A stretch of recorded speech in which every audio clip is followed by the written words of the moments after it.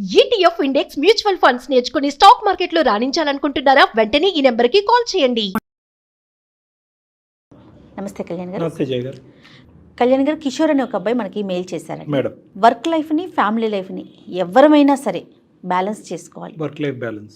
ఈ బ్యాలెన్స్ చేసుకోవటంలో వచ్చిన లోపం, ఇబ్బంది జీవితానికి అది ఒక పెను ప్రమాదంగా మారిందండి కిషోర్ వ్యవహారంలో.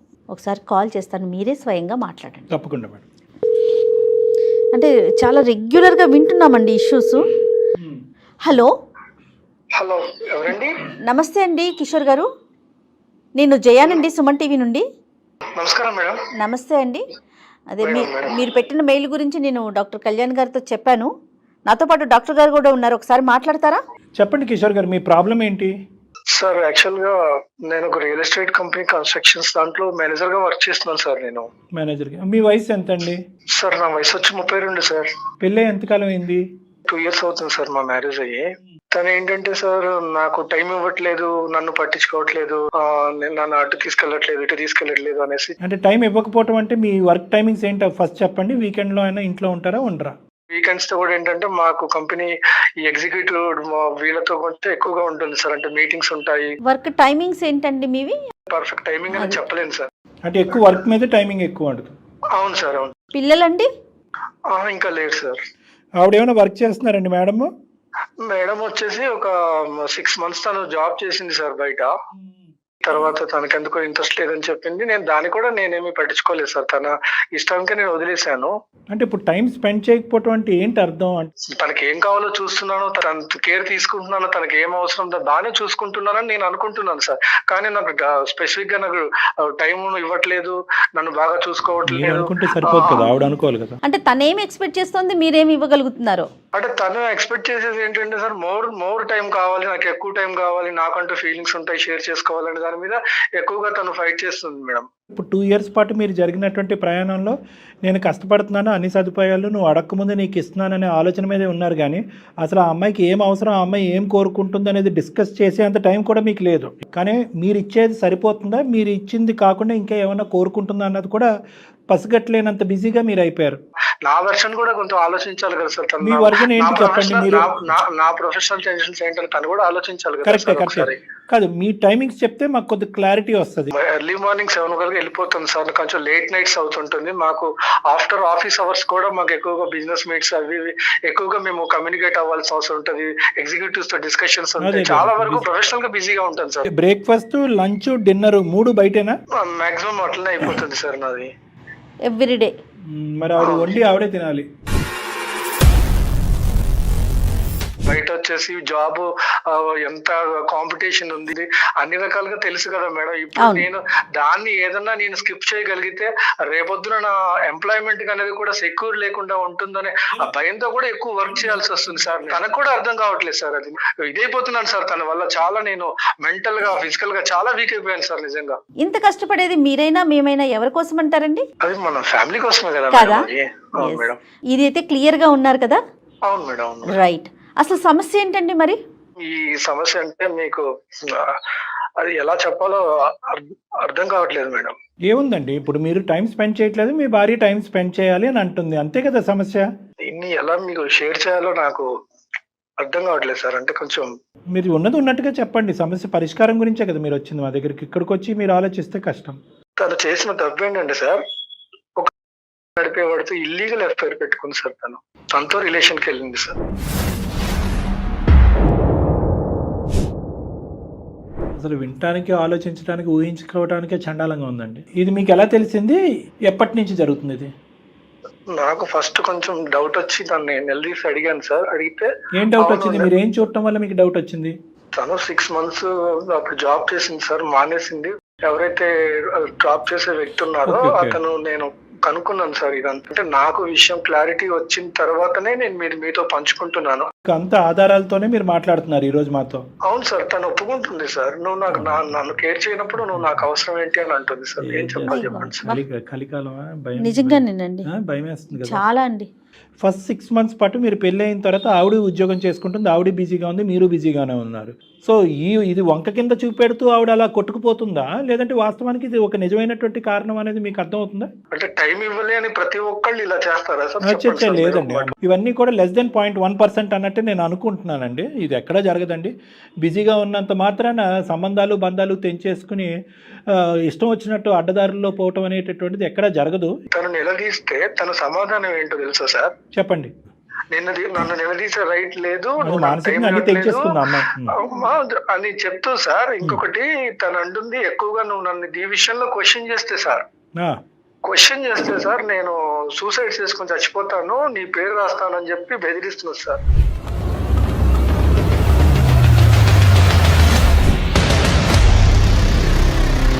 వాస్తవం చెప్పాలంటే సార్, తన కోసమే నేను కష్టపడే సార్. తను బాగుండాలని నేను పని చేసేటప్పుడు తను ప్రాణం తీసుకొని నా పేరు రాయటం ఏంటి సార్? అమ్మాయి శారీరకంగా చనిపోవాలన్న ఆలోచన ఇప్పుడు వచ్చినా కూడా మానసికంగా అమ్మాయి ఎప్పుడో చచ్చిపోయినట్టండి. ఎందుకంటే విలువలు లేనటువంటి జీవితం ఇంకెందుకండి, ఉండి ఏంటి పోయి ఏంటి అంటే ఇలా మాట్లాడుతున్నానని అనుకోకండి. అన్నీ తెలిసినటువంటి అమ్మాయి ఇలా ప్రవర్తిస్తుందని నేను అనుకోవట్లేదు. ఓకే, అమ్మాయి చెప్పడానికి ఈరోజు ఏదో కారణం చెప్పాలి కాబట్టి నువ్వు నాకు నచ్చట్లేదు అనేటటువంటి అంశం ఒక కారణం కింద చూపెట్టాలి కాబట్టి ఇది ఒక కారణం కింద చూపెడుతుందేమో, అది ఇతను నమ్మాల్సినటువంటి వస్తుందేమో. ఓకే, పెద్దల పంచాయతీ ఏమైనా జరిగిందా? పెద్దవాళ్ళు ఎవరికైనా తెలిసిందా?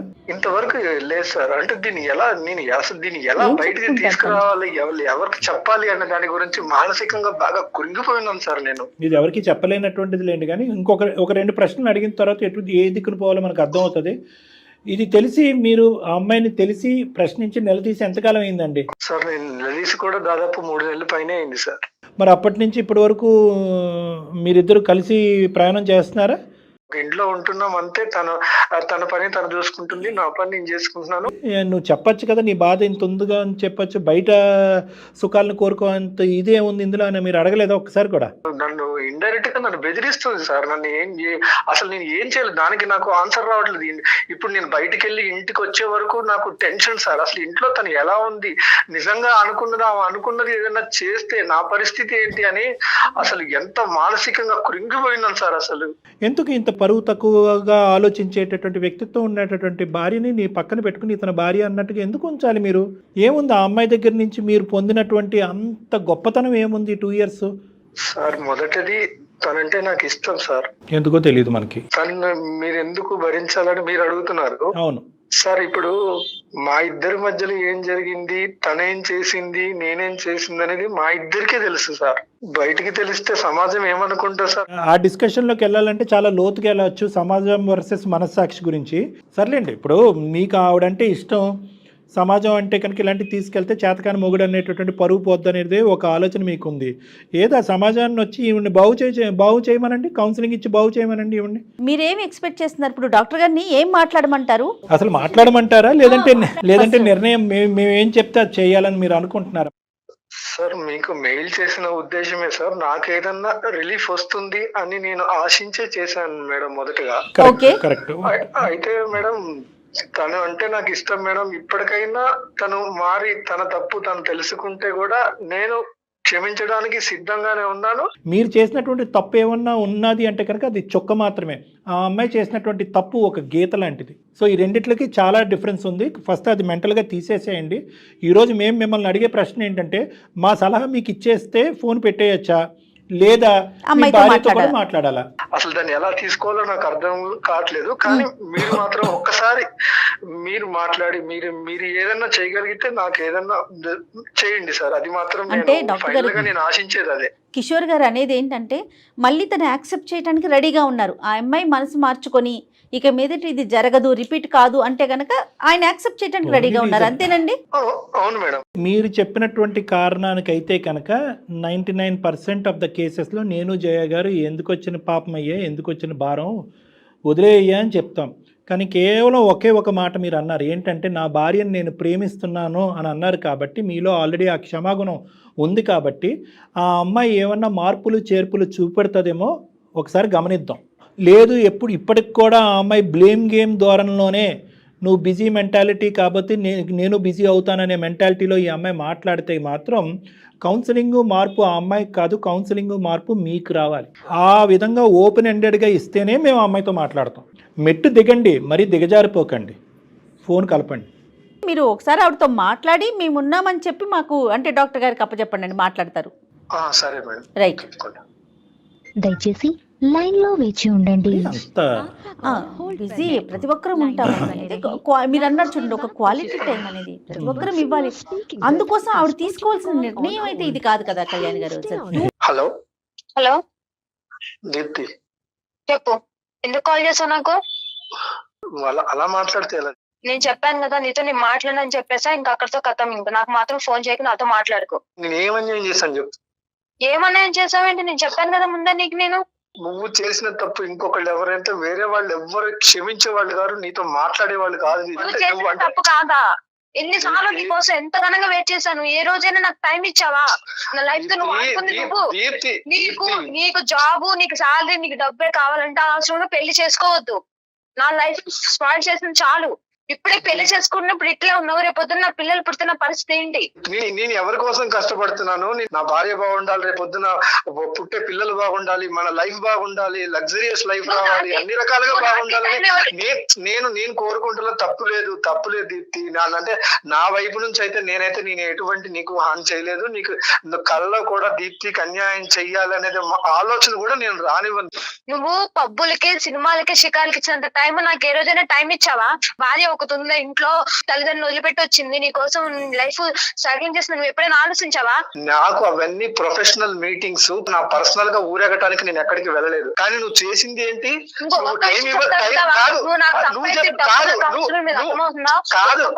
నాతో ప్రేమగా మాట్లాడు, నాతో సంపాదించే డబ్బు నాకు అవసరం లేదు. అంటే బిజీగా ఉన్న భర్తలందరికీ కూడా భార్యలు ఇలానే చేస్తారా? నేను దేనికి సమాధానం చెప్పినంత అవసరం లేదు. ఎవరైనా సరే జాబ్ చేసే పర్సన్ పిల్లలతో ఉండట్లేదా? టైం స్పెండ్ చేయట్లేదా? చెప్పు. నేను ఏదైనా ఫంక్షన్ కి వెళ్తుంటే నీ మొగుడేడమ్మా అని చెప్పి అడుగుతున్నారు. నేనేం సమాధానం చెప్పను? నాతో ఉండట్లేదు, బయట వాళ్ళతో తిరుగుతున్నా, నేను చెప్పుకోను సమాధానము. నేను ఎవరితో తిరిగా? నా నేచర్ ఆఫ్ డ్యూటీ, నా నేచర్ ఆఫ్ బిజినెస్, నా నేచర్ ఆఫ్ ప్రొఫెషనల్ వర్క్ నాది డిఫరెంట్. ప్రతి ఒక్క మనిషికి ఒక్కొక్క వర్క్ లో ఒక్కొక్క లైఫ్ స్టైల్ ఉంటుంది. నన్ను అర్థం చేసుకుంటావేమనుకున్నావు, కానీ నువ్వు చేసిన పనికి సమాధానం ఏంటి? నన్ను నువ్వు మానసికంగా కృంగదీసి నువ్వు చేసిన పని సమాధానం చెప్పు. 3 నెలల నుంచి నరకం అనుభవిస్తున్నా తెలుసా నీకు? ఫైనల్ గా ఒక విషయం చెప్తున్నా నేను. కానీ నువ్వు ఎన్ని చేసినా గానీ నేను క్షమించగలుగుతున్నానంటే నువ్వంటే నాకు ఇష్టం కాబట్టి. సరే, తెలిసి చేసావా, తెలియక చేసావా, నేను దాని గురించి నేనేమో దాని గురించి పూర్తి డీటెయిల్స్ కి వెళ్ళట్లేదు. నేను దాని గురించి ఇప్పుడు ఆలోచించట్లేదు. మానసికంగా చచ్చిపోయి ఉన్నాను. ఒకటే ఒక కారణంతో, ఒకటే ఒక సమాధానం ఏమైనా దొరుకుతుందని చెప్పేసి నేను డాక్టర్ గారికి వాళ్ళకి నేను ఒక్క మెయిల్ పెట్టాను.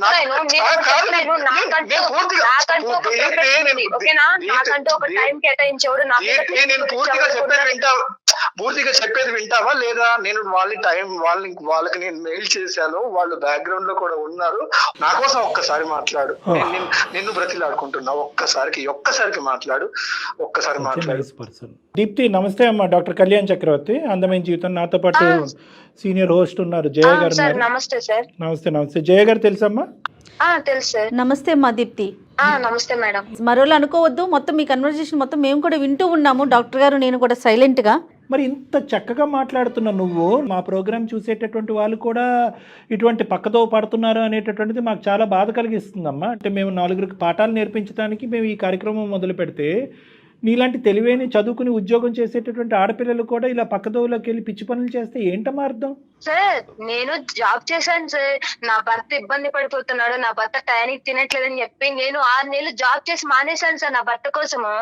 ఓకే, మంచిది. నీ భర్త నీతో పాటు టైం స్పెండ్ చేయాలని ఉండటం అనేది కరెక్టే. భర్త టైం స్పెండ్ చేయట్లేదు అనేది కూడా అతను ఒప్పుకున్నాడు. అంత మాత్రాన ఈ రాంగ్ ఫ్రెండ్షిప్స్ బిల్డప్ చేసుకుని వెళ్ళిపోవటమేనా? అదేనా మీ తల్లిదండ్రులు, మీ పెద్దవాళ్ళు నీకు నేర్పించింది? దాన్ని నువ్వు సమర్థించుకుంటున్నావా? ఈ వేరే వ్యక్తితో ఫ్రెండ్షిప్ రిలేషన్షిప్ ఏదో పెట్టుకున్నావు, నాకు తెలియదు ఏంది అన్నది, ఆ వివరాలు కూడా నేను అతన్ని అడగలేదు, నీ నోటు ద్వారా విందామని. అదేనా పరిష్కారం ఈ సమస్యకి? ఎందుకంటే ఇవ్వని నాకు టైం నాకు ఆడిస్తున్నాడు సార్. ఎందుకంటే ఇంట్లో ఉండి పిచ్చిదాన్ని అయిపోయాను సార్.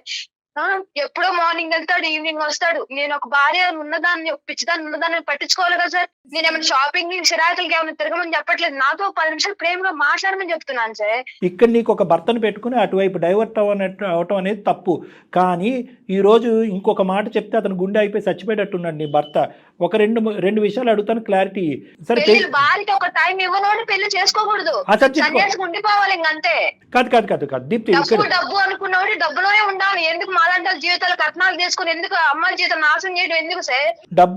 డబ్బు అనేటటువంటి వాడు పెళ్లి చేసుకోకూడదు అంటే కనుక రోజు నువ్వు పప్పనో కూరనో ఎక్కడి నుంచి వస్తున్నాయమ్మా? అది ఏమన్నా మీ ఎదురింటోళ్ళు పక్కింటోళ్ళు ఇస్తున్నారా? చెప్పాను సార్, నేను గొడ్డు కారం తింటా కానీ నాతో టైం స్పెండ్ చేయి. గొడ్డు కారం తిన్నప్పుడు తెలుస్తుంది. ఎప్పుడు తిన్నావా గొడ్డు కారం?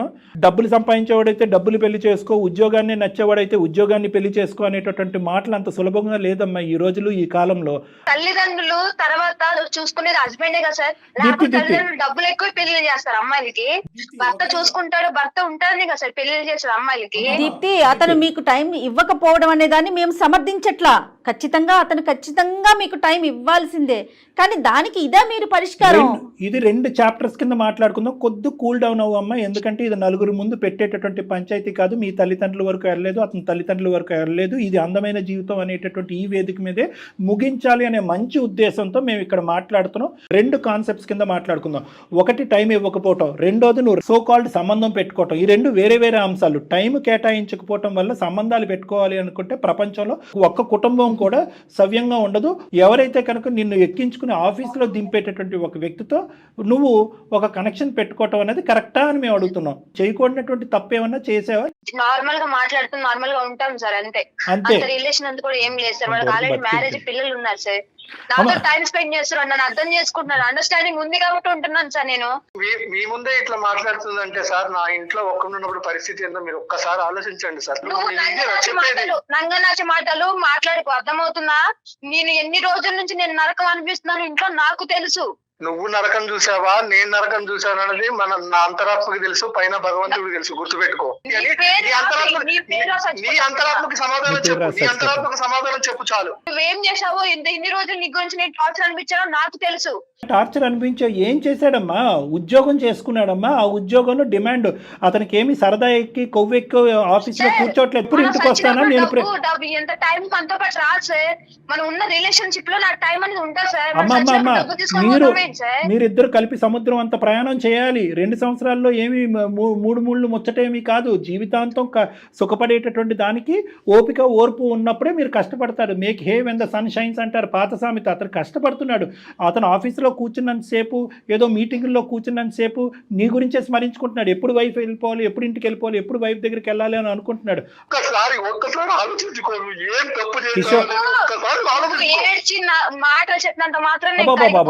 నీ మనసు కరగదులే, నీ మనసు ఎలాంటిదో మాకు తెలుసులే. కానీ దీప్తి, ఒకే ఒక మాట ఇదే. కానీ ఈరోజు కిషోర్ కాకుండా నువ్వు మాకు ఈమెయిల్ పెట్టుంటే, ఏమని ఈమెయిల్ పెట్టుంటే, సార్ మేము చాలా బిజీగా ఉంటున్నాడు మా భర్త, ఒక క్షణం కూడా నాతో టైం స్పెండ్ చేయడానికి లేదు, పని ఉద్యోగం డబ్బులు అనుకుంటూనే తిరుగుతున్నాడు, నా మొగుడు నాతో టైం స్పెండ్ చేయకపోవటం వల్ల నేను మనస్తాపం చెందాను, బాధపడ్డాను, డిప్రెషన్లో ఉన్నాను, ఒక్కసారి ఫోన్ చేసి నా భర్తతో మాట్లాడి నా భర్తను నాతో టైం స్పెండ్ చేసేటటువంటి విధంగా ఉంటుంటే కనుక నీకు 4 కొబ్బరికాయలు కొట్టి దండం పెట్టి అతను మార్చి ఇచ్చి ఉండేవాళ్ళం. కానీ అతను పద్ధతి కరెక్ట్గా లేదు అని చెప్పి నీకు నువ్వుగానే నిర్ణయాలు తీసేసుకుని, మీ నాన్న బిజీగా ఉన్నాడని చెప్పి మీ అమ్మ నిర్ణయం తీసుకుంటే ఎలా ఉంటుందమ్మా ఇదంతా? వ్యవస్థ ఏమన్నా నిలబడుతుందా? సంసారాలు కాపరాలు ఏమైనా నిలబడతాయా? మీ అమ్మ నాన్నలు పిలువు, మీ ఊరు ప్రజలందరినీ పిలువు. ఎవరైనా కూడా ఈరోజు కిషోర్ చేసేటటువంటిది తప్పు అని ఎవరు అనరు. నీ అంతరాత్మకు తెలుసు కిషోర్ తప్పు చేయలేదు అని చెప్పి. ఇప్పుడే కష్టపడాలి అనే ఆలోచనతో వెళ్ళినటువంటి వ్యక్తులు తప్పు కాదు.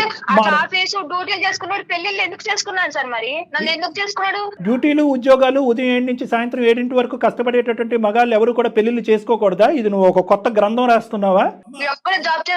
ఇందాకటి నుంచి నేను అదే మాట అడుగుతున్నాను, మళ్ళీ నేను చెప్తున్నాను. అంత వాదించవలసినటువంటి అవసరం లేదు. ఏంటి ఇందాకటి నుంచి నువ్వు బెదిరిస్తున్నావేంటి?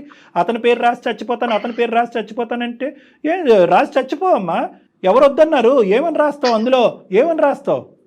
ఏం కథ రాద్దాం నన్ను ఇట్లా అనుకుంటున్నావు? టార్చర్ పెట్టాడు, నన్ను ఇట్లా టార్చర్ ఏం టార్చర్ పెట్టాడు? అదే వివరించాలి కదా. ఆ? నువ్వు టార్చర్ అంటే ఏ విధంగా హింస పెట్టాడు, ఏ విధంగా టార్చర్ పెట్టారు?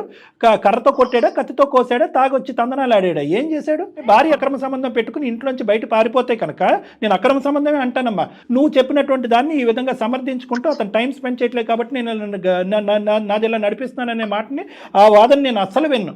నీకు ముందు నుంచే ఆ అబ్బాయితో సంబంధం ఉంది, నీకు ముందు నుంచే ఆ అబ్బాయి అంటే అట్రాక్షన్ ఉంది కాబట్టి నువ్వు వెళ్ళిపోయావు అనేటటువంటిదే మాట్లాడతాను.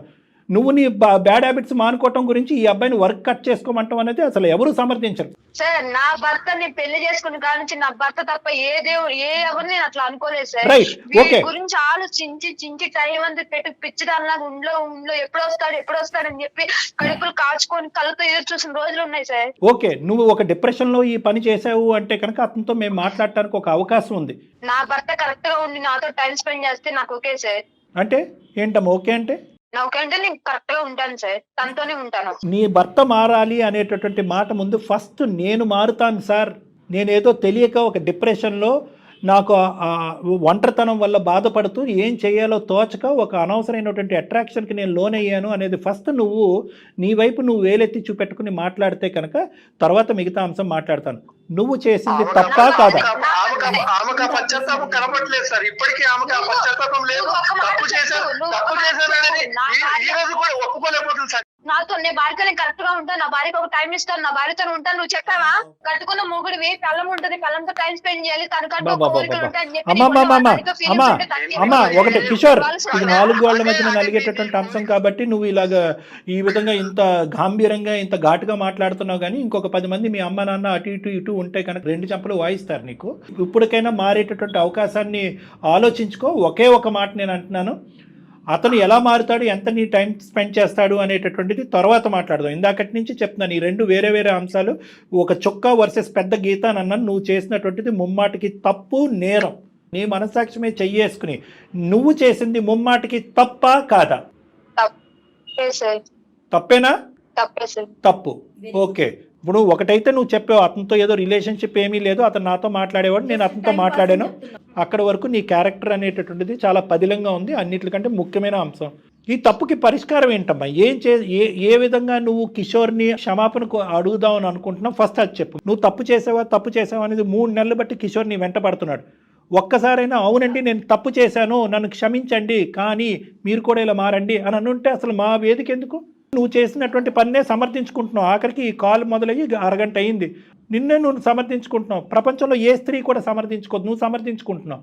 తప్పది. ఫస్ట్ నా భర్త కరెక్ట్ గా ఉంటే నేను బయటకు వెళ్ళేదాన్ని కదా. అతనితో మాట్లాడు.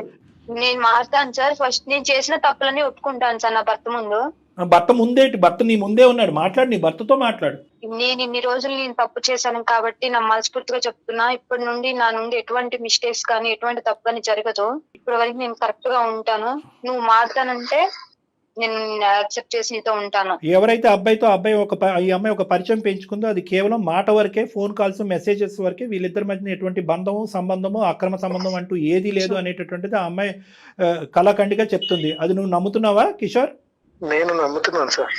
మీ వైఫ్ క్లియర్ కట్ గా చెప్పింది, ఈ చండాలం అంతా దులుపుకుని కడుక్కుని ముందుకు వస్తాను, మనం హ్యాపీగా ఉందామని అడుగుతుంది. కానీ దానికి రిటర్న్ గా ఈ బంధాన్ని ఇలా పదిలంగా స్ట్రాంగ్ గా ముందు వెళ్ళాలి, 4 పిల్లలు కనాలి అనేటటువంటి ఆలోచనతో మీరు ముందుకు వెళ్ళాలంటే మీరేం చేస్తారు? మీరేం చేయాలనుకుంటున్నారు? నేను ఆత్మ పరిశీలన చేసుకున్నాను, రియలైజేషన్ కాదు. మీరు కాదు, అమ్మాయికి తెలియచేయండి, తను కదా నమ్మాల్సింది మిమ్మల్ని. గతం గురించి ఏం జరిగింది అనే దాని గురించి నేనైతే పూర్తిగా వదిలేదలుచుకున్నాను.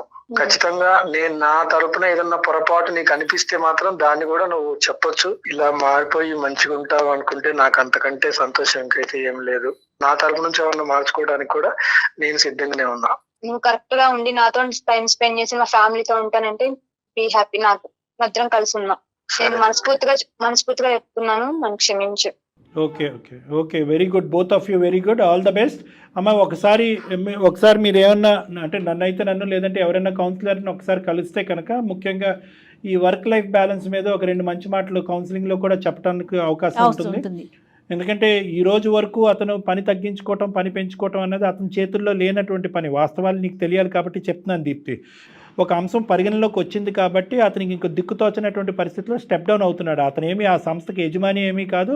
అలాంటి 10 సంస్థలు ఏమి అతని చేతుల్లో రావు. రేపటి నుంచి నేను ఇప్పటి వరకు రాత్రి 9ంటికి వెళ్ళేవాడిని, ఈ రోజు నుంచి 5ంటికి వెళ్తానంటే వాళ్ళు ఉద్యోగాలను తీసేస్తారు. సో కాబట్టి ఏంటంటే ప్రాక్టికాలిటీ ఆఫ్ ద సిచ్యువేషన్ కూడా నువ్వు అర్థం చేసుకోవాలి. మీరిద్దరూ అది నా దగ్గర నుంచి వినాలి అనుకుంటే 1-2 సార్లు మీరిద్దరు కలిసి నా దగ్గర రండి, అది కూడా నేను మీకు సూచిస్తాను. ఓకేనమ్మా? సరే sir. Right. Deepti and Kishore గారు, thank you madam. All the best అమ్మా. నిజంగా భయపడ్డాను జయ గారు.